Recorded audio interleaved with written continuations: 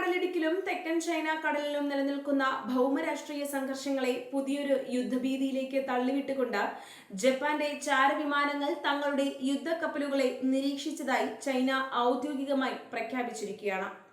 Taiwan സമീപമുള്ള തന്ത്രപ്രധാനമായ സമുദ്രമേഖലയിൽ വെച്ച് ചൈനീസ് പീപ്പിൾസ് ലിബറേഷൻ ആർമി നാവികസേനയുടെ കപ്പലുകളുടെ നീക്കങ്ങൾ ഒളിഞ്ഞു നോക്കിയ ജാപ്പനീസ് നിരീക്ഷണ വിമാനങ്ങളെ കൈയോടെ പിടികൂടിയെന്നാണ് ബെയ്ജിംഗിന്റെ അവകാശവാദം. ഏഷ്യ പസഫിക് മേഖലയിലെ സമാധാന അന്തരീക്ഷത്തെ പൂർണ്ണമായും തകർക്കുന്ന ഒന്നാണ് ജപ്പാന്റെ ഈ നീക്കമെന്ന് ചൈന കുറ്റപ്പെടുത്തുന്നു. ജപ്പാനും ഫിലിപ്പൈൻസും തമ്മിൽ അതീവ തന്ത്രപ്രധാനമായ സമുദ്രാതിർത്തി ചർച്ചകൾ നടത്തുന്ന അതേ സമയത്ത് തന്നെയാണ് ജപ്പാന്റെ ഭാഗത്തു നിന്നും ഇത്തരമൊരു സൈനിക നീക്കമുണ്ടായത് എന്നത് ഇതിന്റെ ഗൗരവം വർദ്ധിപ്പിക്കുന്നു. ചൈനീസ് സൈനിക വിദഗ്ധരുടെ വിലയിരുത്തൽ പ്രകാരം ഇടത്തരം അല്ലെങ്കിൽ ചെറിയ തരത്തിലുള്ള ഇലക്ട്രോണിക് രഹസ്യാന്വേഷണ പ്ലാറ്റ്ഫോമുകളാണ് ജപ്പാൻ ഇതിനായി ഉപയോഗിച്ചിരിക്കുന്നത്. PLA കപ്പലുകളുടെ ആശയവിനിമയ ശൃംഖലകളും അവയുടെ റഡാർ തരംഗങ്ങളും ചോർത്തുക എന്ന ലക്ഷ്യത്തോടെയാണ് ഈ വിമാനങ്ങളിൽ അതിർത്തിയിൽ ചാരക്കളി നടത്തിയതെന്നാണ് ബെയ്ജിംഗ് ആരോപിക്കുന്നത്. ഈ സംഭവം കേവലം സാധാരണമായ ഒരു അതിർത്തി തർക്കമല്ല, മറിച്ച് ഭാവിയിൽ ഉണ്ടായേക്കാവുന്ന ഒരു തായ്വാൻ യുദ്ധത്തിലേക്ക് ടോക്കിയോയെയും മനിലയെയും കൂടുതൽ ആഴത്തിൽ വലിച്ചിഴക്കാൻ പോകുന്ന ഒന്നാണോ എന്ന ചോദ്യമാണ് ഇപ്പോൾ അന്താരാഷ്ട്ര പ്രതിരോധ വിദഗ്ധർ ഉന്നയിക്കുന്നത്. തായ്വാൻ വിഷയത്തിൽ ചൈന ഏതെങ്കിലും തരത്തിലുള്ള സൈനിക നടപടിക്ക് മുതിർന്നാൽ അതിനെ ചെറുക്കാൻ ജപ്പാനും ഫിലിപ്പൈൻസും തങ്ങളുടെ സഖ്യം ശക്തമാക്കുകയാണെന്നതിന്റെ കൃത്യമായ സൂചനയാണ് ഈ നിരീക്ഷണ പറക്കലുകൾ നൽകുന്നത്. ഇത് മേഖലയിലെ യുദ്ധ സാധ്യതകളെ ഇരട്ടിയാക്കുന്നു. ജപ്പാന്റെ ഈ വ്യോമ നീക്കങ്ങൾ കേവലം തീരസംരക്ഷണ സേനയുടെ പതിവ് നിരീക്ഷണങ്ങൾ മാത്രമാണോ, അതോ ഷീ ജിൻപിങ്ങിന്റെ അതിവേഗം വളരുന്ന നാവികസേനയ്ക്ക് മേൽ പാശ്ചാത്യ സഖ്യം നടത്തുന്ന പുതിയൊരു രഹസ്യാന്വേഷണ സമ്മർദ്ദത്തിന്റെ ഭാഗമാണോ എന്ന കാര്യത്തിൽ കടുത്ത ഭിന്നത നിലനിൽക്കുന്നുണ്ട്. ചൈനയുടെ കടൽക്കൊള്ള പ്രവണതകളെയും ഏകപക്ഷീയമായ അധിനിവേശ നീക്കങ്ങളെയും പ്രതിരോധിക്കാൻ അന്താരാഷ്ട്ര നിയമങ്ങൾക്ക് അനുസൃതമായി നടത്തിയ സാധാരണ നിരീക്ഷണമാണിതെന്ന ജപ്പാന്റെ പക്ഷം. എന്നാൽ ഇതിനെ തങ്ങളുടെ പരമാധികാരത്തിന്മേലുള്ള കടന്നുകയറ്റമായിട്ടാണ് ചൈന കാണുന്നത്. തായ്വാൻ കടലിടുക്കിലെ ചൈനീസ് നാവികസേനയുടെ വർദ്ധിച്ചു വരുന്ന സാന്നിധ്യം ജപ്പാന്റെ ദേശീയ സുരക്ഷയ്ക്ക് നേരിട്ടുള്ള ഭീഷണിയാണ്. തായ്വാന് തൊട്ടടുത്തായി സ്ഥിതി ചെയ്യുന്ന ജപ്പാന്റെ ദ്വീപുകളുടെ സുരക്ഷ ഉറപ്പാക്കാൻ ചൈനീസ് കപ്പലുകളുടെ ചലനങ്ങൾ കൃത്യമായി മനസ്സിലാക്കേണ്ടത് ടോക്കിയോയ്ക്ക് അത്യന്താപേക്ഷിതമാണ്. അതുകൊണ്ട് തന്നെ ചൈനീസ് കപ്പലുകളുടെ തത്സമയ വിവരങ്ങൾ ശേഖരിക്കാൻ ജപ്പാൻ തങ്ങളുടെ ചാരവിമാനങ്ങളെ വ്യാപകമായി ഉപയോഗിക്കുന്നുണ്ട്. ഇതാണ് ഷീ ജിൻപിങ് ഭരണകൂടത്തെ ചൊടിപ്പിച്ചിരിക്കുന്നത്. ഫിലിപ്പൈൻസുമായുള്ള ജപ്പാന്റെ പുതിയ സമുദ്ര അതിർത്തി ചർച്ചകൾ ചൈനയെ തളയ്ക്കുക എന്ന ലക്ഷ്യത്തോടെയുള്ളതാണ്. തെക്കൻ ചൈന കടലിൽ ചൈനയിൽ നിന്നും കടുത്ത വെല്ലുവിളികൾ നേരിടുന്ന രാജ്യമാണ് ഫിലിപ്പൈൻസ്.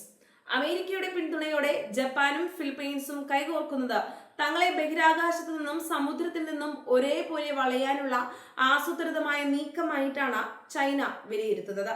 ഈ സഖ്യം തായ്വാൻ പ്രതിസന്ധി ഉണ്ടായാൽ ചൈനയ്ക്കെതിരെ ഒന്നിച്ചു പോരാടാൻ സജ്ജമാണെന്ന സന്ദേശമാണ് നൽകുന്നത്.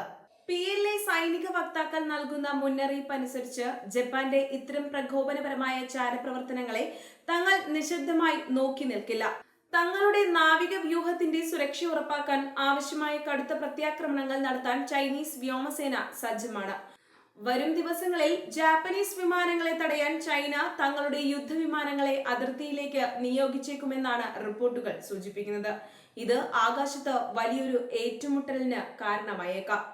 അമേരിക്ക ഈ വിഷയത്തിൽ ജപ്പാന് പൂർണ്ണ പിന്തുണയുമായി രംഗത്തുണ്ട്.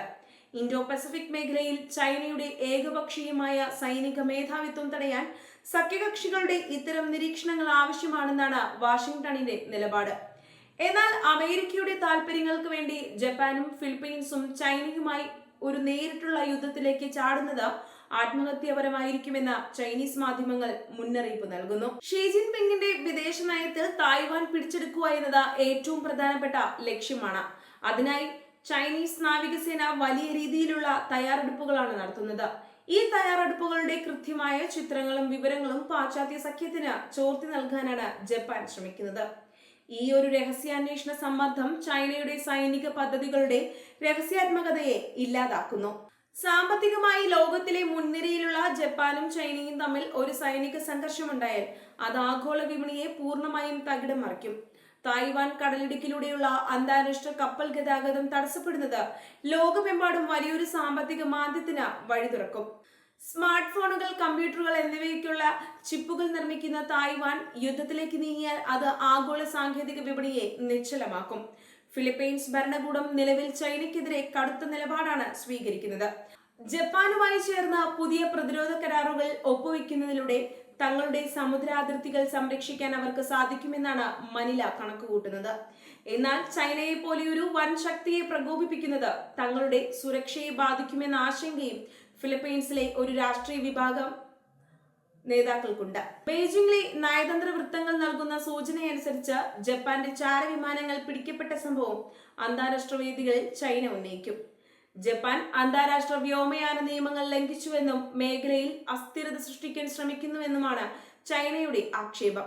എന്നാൽ തങ്ങൾ അന്താരാഷ്ട്ര സമുദ്ര അതിർത്തിക്ക് മുകളിലൂടെയാണ് പറന്നതെന്ന വാദത്തിൽ ജപ്പാൻ ഉറച്ചു നിൽക്കുന്നു. ഈ സംഭവത്തോടെ ഏഷ്യൻ മേഖലയിലെ നിഴൽയുദ്ധം കൂടുതൽ സങ്കീർണമായിരിക്കുകയാണ്. പരമ്പരാഗത യുദ്ധമുറകൾക്കപ്പുറം ഇലക്ട്രോണിക്, സൈബർ സാങ്കേതിക വിദ്യകൾ ഉപയോഗിച്ചുള്ള ചാരപ്രവർത്തനങ്ങളാണ് ഇപ്പോൾ ഇരുപക്ഷവും നടത്തുന്നത്. ശത്രുവിന്റെ നീക്കങ്ങൾ മുൻകൂട്ടി അറിയുക എന്ന തന്ത്രത്തിന്റെ ഭാഗമായിട്ടാണ് ജപ്പാൻ തങ്ങളുടെ ആധുനിക രഹസ്യാന്വേഷണ വിമാനങ്ങളെ വിന്യസിച്ചിരിക്കുന്നത്. തായ്വാൻ അതിർത്തിയിൽ ചൈനീസ് കപ്പലുകളെ നിരീക്ഷിച്ച ജപ്പാന്റെ നീക്കം ഏഷ്യയിൽ ഒരു പുതിയ യുദ്ധമുഖം തുറക്കാനുള്ള സാധ്യതയാണ് വർദ്ധിപ്പിക്കുന്നത്. ജപ്പാനും ഫിലിപ്പീൻസും അമേരിക്കയുമായി ചേർന്ന് തീർക്കുന്ന പ്രതിരോധ കവചങ്ങളെ തകർക്കാൻ ചൈന കൂടുതൽ അക്രമാസക്തമായ സൈനിക നീക്കങ്ങൾ നടത്തിയേക്കാം. വരും ദിവസങ്ങളിൽ ഈ മേഖലയിലെ വ്യോമ നാവിക വിന്യാസങ്ങൾ എങ്ങനെയായിരിക്കുമെന്ന ലോകരാജ്യങ്ങൾ അതീവ ജാഗ്രതയോടെയാണ് നോക്കിക്കാണുന്നത്.